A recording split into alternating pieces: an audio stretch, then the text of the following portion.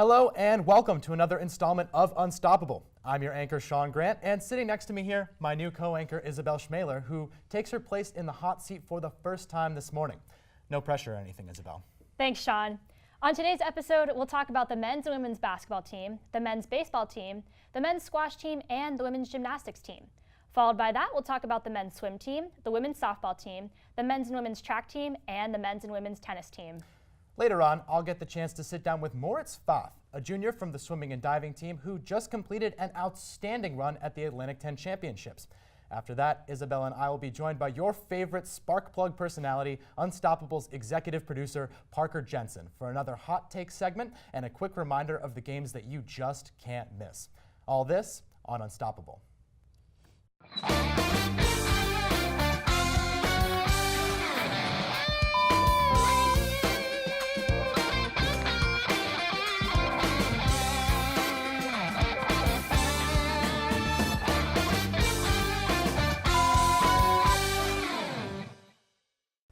I know we've continued to harp on this topic again and again, but the narrative has not improved for the men's basketball team. In fact, it's gotten worse. The month of February was horrendous for the boys as they went 1-8 and they're currently on a 4-game losing streak. It's difficult to pinpoint one issue for the team as they have not performed well across the board, but their efforts on the offensive end have been especially problematic. The boys scored more than 65 points only twice in the entire month. While every player on the roster needs to step up in some way, it's been especially disappointing to watch the efforts of sophomores Justin Mazzulla and Terry Nolan Jr., who have sharply regressed in their second year in Foggy Bottom. Now, coming out of the control room to join the limelight, Unstoppable's own Sam Belsky. Isabel, what are your thoughts on the team after the last couple of weeks? They've definitely not been playing well, but they have shown some flashes. Like Maceo Jack he started off 4 for 4 from 3 against St. Bonaventure, and there's been a couple things like that, like Langarica's extreme amounts of rebounds. And so they're definitely not playing well, but there are flashes of something good. And I think this is something that we've talked about, a couple times, and we mentioned it, in some of our previous coverage, is that they just need to tinker with the lineups a little bit. You have all of these young, promising players like Maceo Jack and like Langarica, who probably are still settling into their own. They're still freshmen. They're still trying to figure out what they can contribute to a team. But I mean, like I said, when you've got struggling, sophomore players who aren't getting it done for you, you need to bring someone else in. Yeah, and I think, there's definitely a lot to work on, as you've both said, and I think that pointing out Maceo Jack is definitely something that we need to do more. We don't give him enough credit. He's definitely held the team together when they tend to lose their spunk in the second halves of most games. So they'll go into the first half, really aggressive, driving into the paint, and then they lose their spunk. So I think that Maceo Jack has definitely been one of those players that's kept them in the game, scoring 37% outside of the out behind the arc. So I think that having valuable players like that is definitely an asset. But yeah, changing the lineup and going into next season, with brighter hopes and utilizing players that we don't usually see on the court is definitely something to look into. Well, and it's been, I think the most disappointing thing is, I think for me, has been Terry Nolan Jr. There was so much hype about him last year, and he had some pretty explosive plays as a freshman, and we also saw him, good athleticism, good three-point shooting ability, and they were relying on him, this year to be, that key contributor, that key scorer. And if you just look at some of his last couple games, the stat lines, he just hasn't been able to break double digits. And I don't know if it's a matter of he's not finding his spots on the floor, he's not getting the passes he needs from Mazzulla. But again, like I just said, the combination of them, there was so much promise for them at the end of last season, and you hear the phrase sophomore slump a lot, but I think this might be a little bit more than that. Really need to see something from them. Yeah, Terry Nolan Jr. actually, he lost his starting spot, and then he played in a sixth-man spot against St. Bonaventure 2 games ago, and then he lost even that spot in the last game. And he only had 2 points in the last game, and they were both from free throws. Yeah. And I think something we also have brought up before, Coach Maurice Joseph, is he on the hot seat going into this offseason? That's a topic that you can always play around with, and we've seen promise from him as a coach too. He's a very young coach, but like we've just talked about, I don't think this game plan that he has right now is working for this team, and especially when you have young players, it's not so much, I think, forcing them into a system that you have, but rather when you have so many young players, it's finding a system that works for all of them. I think Coach Joseph had a system that worked 2 years ago, and it started to not work as well last year, and this year I think it's fallen pretty flat. You know, there's definitely been change from then, and there needs to be change again next year, whether it's a new coach or whether it's Joseph kind of reworking things, because they've definitely shown potential. We've had DJ Williams, we've had Maceo Jack, we've had Terry Nolan Jr. all show that they can have like big scoring games. They just need to put it together as a team. Yeah, so we'll see what they can do in the offseason. With 3 consecutive losses, the GW women's basketball team ended their season on a solemn note. Losing 49-61 against St. Joseph's in the first round of the A10 tournament, the team will have to wait until next year's season to prove themselves. With a struggling offensive strategy only breaking the 60-point mark once this entire month, and key senior players like Malin Batista and Kelsey Mahoney graduating this season, the future of the team's performance seems uncertain. Joining us now at the desk, Savannah Gaida. Savannah, what happened this year? Well, guys, it's been a really rough season for these ladies. I mean, we've had a lot of freshmen step in and kind of take on the role of starters. We've had Kayla Mokwa have her starting role in the lineup, and transitioning from a high school environment to Division I environment is a major change, and these players have done a good job at adjusting, but a not well enough job to win games. And we've been looking at key players like Malin Bautista and Kelsey Mahoney, who have been the driving force and the heart and soul of this team, but we can't put all the pressure on them, and it was just too much for those freshmen to step up and take that role. Yeah, no, I think if you're looking at this team overall, I think defensively they've still been solid. Defense was their calling card last year. It's something they've still been able to rely on this year. They didn't give up more than 70 points in a game in the month of February. Now, offense has been a different story, like you mentioned, Isabel, and I think the issue for them has been inconsistent three-point shooting. They usually struggle to shoot above 30% from beyond the three-point line, and yet still over half of their field goal attempts are coming from there. So I think, and it's tough, like you said, when you have those freshmen who aren't yet accustomed to the pace, the ball movement that you need, in a college game, and even just, the pressure of having to make some of those shots. And so I think that it's a game plan that really hasn't worked for them. And we also talked about Malin Bautista. I know I've continued to harp on this in a lot of other segments that we've done, but she for the longest time was a player that I thought was an incredible floor general. She's a great passer. We've seen her make some ridiculous passes, but this season she's had to take on a bigger scoring load, but I think it's been difficult for her. If you look at some of her stat lines, it'll be 1 for 6 from downtown, 1 for 5 from downtown, and her assist numbers are down as well. And that's just not a good combination, especially when you have good young players like Nila Luma. You got to find a way to get everyone else involved. Yeah, and I think that I will give the benefit of the doubt to Maddie Loader, though. She is a freshman on the team this year, and she's done an amazing, amazing job with the limited time that she has on the court. She hasn't been played all that much, but when she is on the court, she's being strategic, she's being aggressive, and she's really showing what she's got. And I think that plays into the fact that we do need to change the lineup a little bit going into next season, given that we are going to be losing Malin, we are going to be losing Kelsey Mahoney. So I think taking a look at that freshman talent that really hasn't been utilized all that well would be a great thing going into next season. Mm-hmm. Yeah, I actually do have a lot of hope for next season. I see Kayla Mokwa and Maddie Loader, Kayla and Maddie being the equivalent to Kelsey and Malin. They work very well together. They have a great relationship on and off the court. And we've just seen them come in and really be the freshman driving force. And I've seen Kayla really improve. Her scoring percentage has improved so much. I mean, she was a little shaky in the beginning of the season, but she gained a lot of confidence and just had bursts of energy. And it's just really good to see these ladies adjusting to this environment. So hopefully we have them step in next year. Yeah, and now with Coach Jennifer Rosati, we know she's a really strong coach. The early exit from the Atlantic 10 Championship was definitely disappointing to see, but we'll see what she can do in the offseason. The start to the season for the baseball team has been middle of the road so far. As 10 games into the season, they currently sit at a 5-5 record. Scoring hasn't been a problem for the boys, as they've driven in at least 4 runs in all but 1 game. As for their pitching and defense, they've been decent, as they do have 2 shutouts so far, but they still give up a decent amount of runs on average. Another thing we have seen from this team, however, is a certain level of grit. They've already played in 3 games with extra innings, and while they lost 2 of those contests and won 1, the experience playing in those closely contested games will help them later on in the season. The GW men's squash team finished their season off with a tight record, winning 13 out of 25 season matches. Following a successful weekend at the College Squash Association Individual Nationals in Providence, Rhode Island this past weekend, senior Moody Abdel Maksud and sophomores Mohammed Al-Turkey and Zufu Yakhan earned CSA All-American recognition after competing in the A division. With strong leadership on the team this past season, expectations are real high for next year. Flipping over to women's gymnastics now, where the team has performed decently well through the middle part of their season.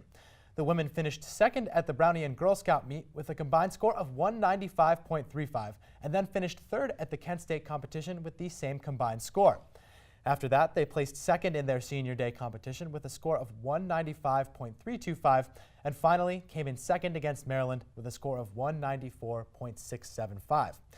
While the overall team performance has still left something to be desired, some of the individual athletes have performed to the high standard we've become accustomed to these last several years. And now, for our third guest of the day, Bella Corshane joins us here at the desk. Isabel, Bella, what have you guys seen from some of these gymnasts? Yeah, I think, like you mentioned before, this is amazing to see for the gymnastics team, especially just for the GW sports community in general, because our basketball teams are doing so poorly this season, or they did do so poorly. This is definitely the change that the GW sports community needs, seeing such great leadership, such amazing performances from the gymnasts, especially from Alexis Zois. She is fifth-year co-captain on the team, so she's really been showing a lot of leadership as a gymnast. And yeah, as Bella, I know you've talked a lot about her, so yeah. Yeah, she's definitely somebody to watch. She competes in all 4 events. She's the only gymnast on the team that does that.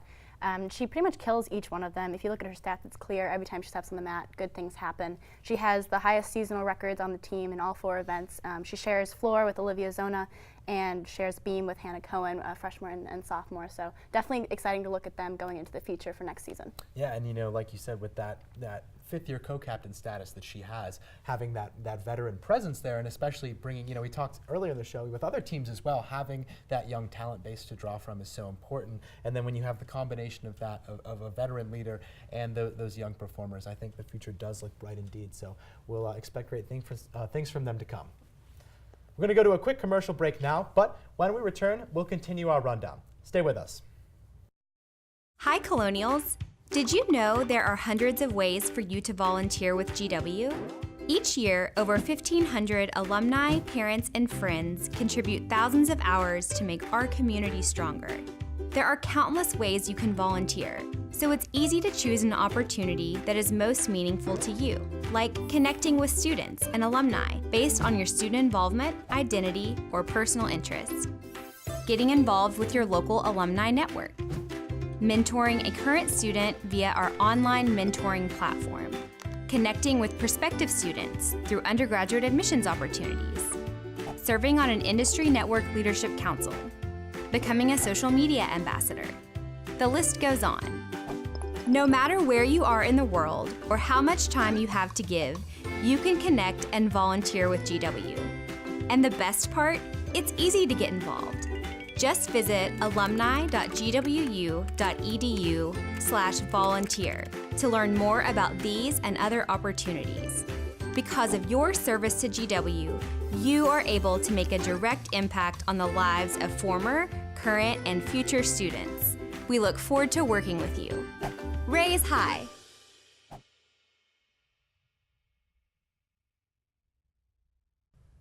Welcome back. Champions once again. That's the latest development in the season for men's swimming and diving, who placed first in the Atlantic 10 Championships. Every swimmer in the meet displayed peak performance as GW won 9 medals overall and swept the podium in the 1,650-yard and 100-yard freestyle events. The boys then rounded out the meet with a GW record time of 2 minutes and 56.63 seconds in the 400-yard freestyle. The relay team of Alexander Oster, Max Forstenhausler, Patrick Lersch, and Moritz Foth was on another level. Foth also had a tremendous meet individually as he won 6 gold medals, including an individual win in the 1,650-yard freestyle in program record time. Foth was given the meet's Most Outstanding Performer award for his efforts. Foth will join me here in the studio later to provide some perspective on what that weekend was like for him and his team. The GW women's softball team has proven a successful season so far, going 13-3, the best start in program history.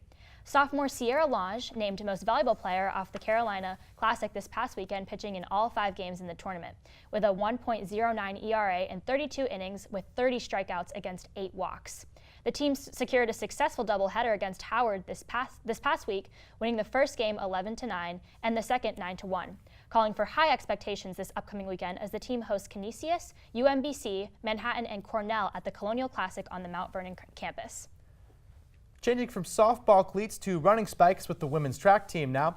While their indoor season ended with a disappointing finish at the Atlantic 10 Championships, where they placed 13th out of 13 teams, the rest of the indoor season was marked by strong individual performances. Most recently, in the Princeton Invitational, junior Suzanne Danaheim finished with a second-place showing in the mile event and a season-best time of 5 minutes and 04.34 seconds. Senior Hallie Brown cut 4 seconds off her previous season high, finishing fourth in the same event with a time of 5 minutes and 9.19 seconds. Finally, sophomore Margaret Coogan grabbed fifth with a PR time of 5 minutes and 13.35 seconds.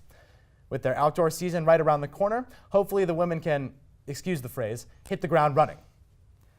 Switching over to the men now, Unstoppable's very own Andy Weber performed incredibly well in the 5,000-meter race with a time of 15 minutes and 5.41 seconds at the A10 Championships, coming in 8th overall and setting a new program record. In addition, first-year Isaiah Robin set a personal record in the mile race with a 4-minute and 28.91 second time, along with senior Connor James, who established a new personal best in the 5,000-meter race with a time of 15 minutes and 24.65 seconds. After wrapping up their indoor season on such a positive note, we should have high expectations for the upcoming outdoor season, which starts March 23rd at the Penn Challenge in Philadelphia. The GW men's tennis team is off to a rocky start this season as they currently hold a 3-4 record in their first 7 games. The team did, however, secure a successful victory against Duquesne University 5-2 this past weekend, with first-year doubles team Ben Barnett and Zishang Zhang securing victories on both doubles and singles teams. The duo rides a 2-game winning streak as a doubles pair in addition to winning 2 singles matches in a row. With 6 out of the 9 players being first years, the team has been able to utilize their new talent to their advantage. The team has a busy weekend coming up, facing off against Florida Atlantic, Florida Gulf Coast University, and South Florida University with 3 matches in 3 days. Good luck to them.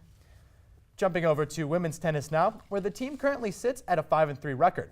This team is also much more competitive than that record would suggest, as they handily win most of their competitions, either 5 matches to 2, 6 matches to 1, or 7 matches to none. While they did have 2 tough losses to William & Mary and Penn State, where they lost 7 matches to none, overall, the outlook is bright for this team for the rest of their spring schedule. The hottest player recently has undoubtedly been freshman Xenia DeLuna, who cruised to victories in the singles competition against Fordham and Duquesne. We'll have to keep an eye on this team as the spring progresses. We're going to take a quick commercial break now, but when we come back, I'll get the chance to sit down with Moritz Foth of the men's swimming and diving team, and then after that, Parker will put the 2 of us on the hot seat during our hot take segment. Stay tuned. Raise high. This isn't just our battle cry, it's our call, our challenge. Because when you were called to Washington, you were called to higher expectations, to a higher standard. We are called here to advance knowledge, to serve society, to change the world. Is that too lofty? Too aspirational? Is it simply too much to expect? Not if your classroom is a Smithsonian, the IMF, or on the doorstep of the Supreme Court. Not if you have access to the most hallowed institutions and formidable leaders. Not if you are given the tools to change minds, shape laws, influence entire fields of study, advance our way of life, change the course of history.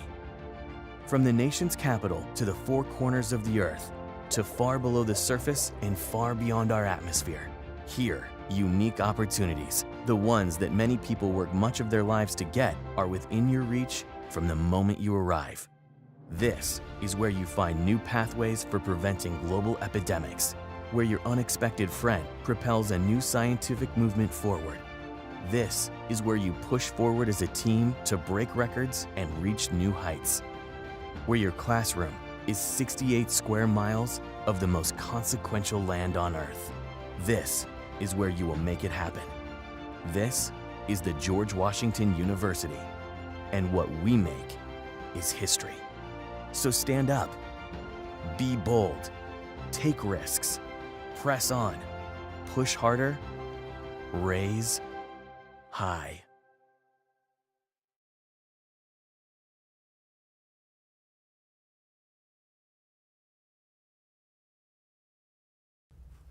Many athletes in the Atlantic 10 Conference greatly anticipate championship weekend.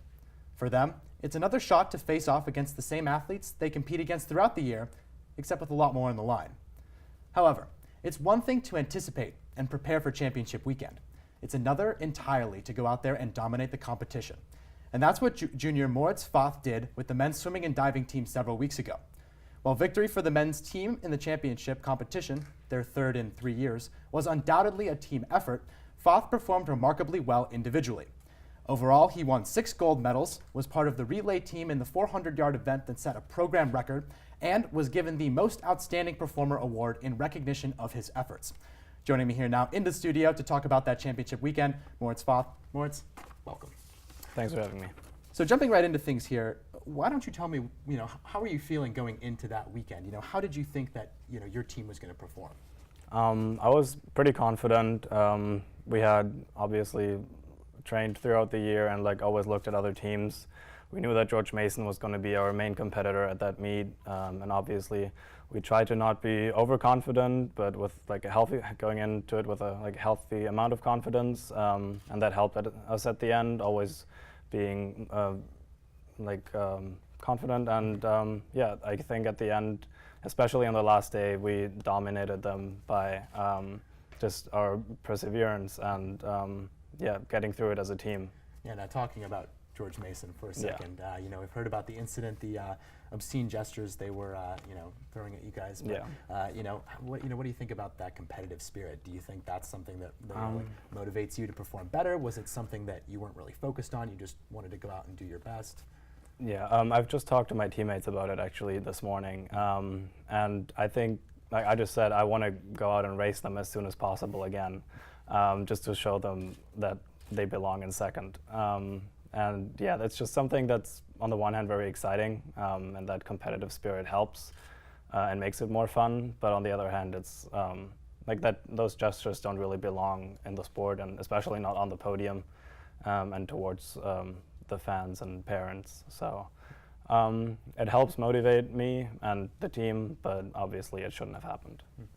Now, where do you think this Atlantic 10 Championship, where does it rank in your all-time moments being with the team so far? Obviously, it was very special to win the first time 2 years ago, but to repeat it this year, we have a great freshman class, especially in the distance group where I train. It's been really fun being on the podium with my 2 other teammates on the mile. That was, I think, the best moment of this year's A10s. But also stepping up in kind of a leadership position this year for the first time was different, and I kind of embraced that and had a lot of fun with that as well. Yeah. Now, speaking about your teammates, how did they feel about how you guys performed? Everyone had different expectations, freshmen, sophomores, seniors. Everyone had a little bit of a different motivation. For seniors, they wanted to go out with a win. Freshmen wanted to get their first win. But overall, we all wanted to win as a goal, and with the women's team being there, also going for a win, ending up a little short, but that leaves something open for the future. We want to win as a combined team, so yeah, we still have goals for the future. Now, we've had him on the show before, so we've heard some of his thoughts, but your head coach, Brian Thomas, how important has he been to your development and the development of your teammates? Mm-hmm. Coming in last year, he did a great job at trying to get everyone in the team involved in how to create a good environment at practice, and how to bring in ideas from everyone and co-create the practices and the whole season, which I think was very good. He isn't just telling us what to do. Obviously, that's one part of his job, but he's also trying to have us give input. So I think that's very good. And Katie, who is the only one who stayed from the old coaching staff last year, also did a great job at kind of keep maintaining the culture that we built, but also while creating something new. And she's my the coach I train most with, so obviously a lot of credit goes to her as well. Yeah. Do you think the culture of the program overall has changed in the last year? Not really. I think the culture overall maintained the same, because that's been something that the previous coaches established really well. Something that was different is we didn't have any team captains this year. So because we, as I said before, we wanted to have more people have an input in how the team's going to look like and what goals we're going to have, not just the big goal at the end, but like little goals throughout the season. All right, now I got one final question here. You know, you're a junior. You talked a little bit about some of the expectations for next season, Yeah. especially going up back against George Mason. But how do you feel that your team is going to perform next year? I'm confident, but obviously we're losing an important senior class, but I have no doubt that we can somehow replace them with incoming freshmen and the like people who are going to be sophomores, we're freshmen now, that they're going to step up, and everyone is going to do their part, I believe. And I think we're in a good position to do well again. I've already set new goals for myself and, as I said before, goals for the men and women's team, so that I was happy about my times and my places and achievements this year, but it only lasted for a couple of days, and then I looked at my splits and times. I was looking at where I could improve, because one of my goals was also to qualify for NCAAs this year, which I didn't do. So that leaves something open for the future as well for personal goals. So that's still a goal for next year. All right. Thank you very much for joining us today. Thanks for having me. We're going to go to a quick commercial break now, but when we come back, Parker Jensen's going to join us out at the table for a hot take segment and then telling you about the games that you just can't miss. Stay tuned. All right, we'll be ready in about 5 minutes. I'll be ready.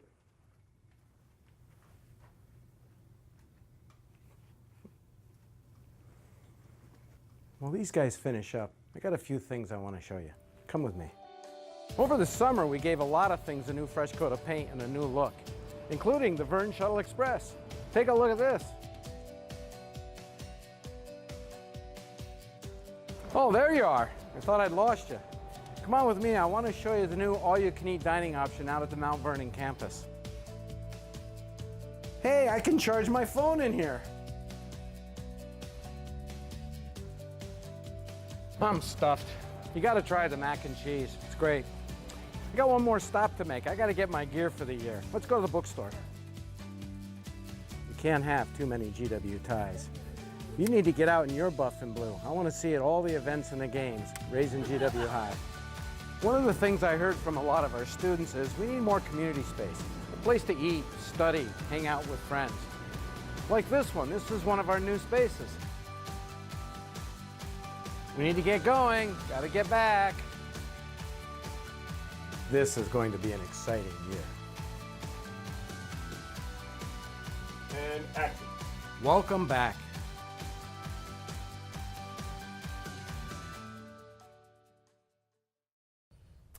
Welcome back to Hot Takes. I'm your host, Parker Jensen. The rules here are simple. I'll ask a question to our two anchors, and they'll get into heated arguments with each other for your viewing pleasure. Let's start off with the sport we definitely don't talk about at all on this show, basketball. Both teams went into this season with high expectations, but came up short in almost every regard, which begs the question, which team has had the more disappointing season? Sean, I'll start with you.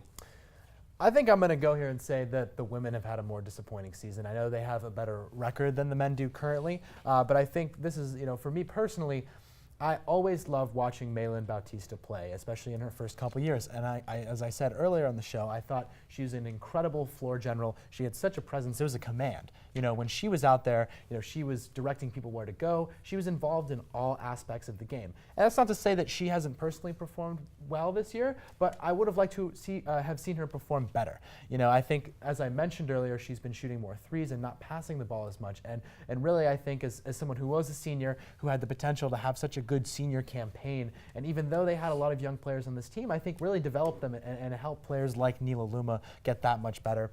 That hasn't been there, and I think that's why, for me, they've had a more disappointing season. Yeah, I mean, honestly, I'm going to have to say the men have really, really struggled this season.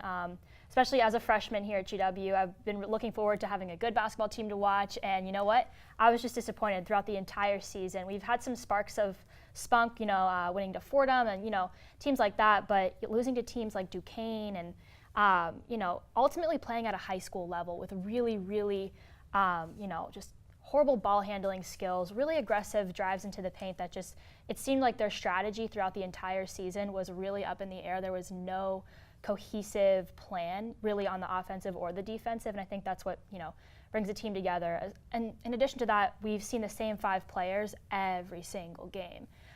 We've seen no diversity in the lineup at all, and I think that's really what brought the team down, especially towards the end of the season where we saw the same couple players just making the same mistakes. So I think going into next season, hopefully we'll see a change in the lineup.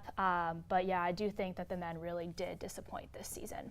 Well, I think the overall theme for this season has just been a lack of leadership on both sides, especially on the women's side, like Sean mentioned. The fact that you have 2 seniors that are really prominent and had successful seasons last year just not perform to the caliber that they should be at is just very concerning. And so, Sean, for that, I have to give you that point.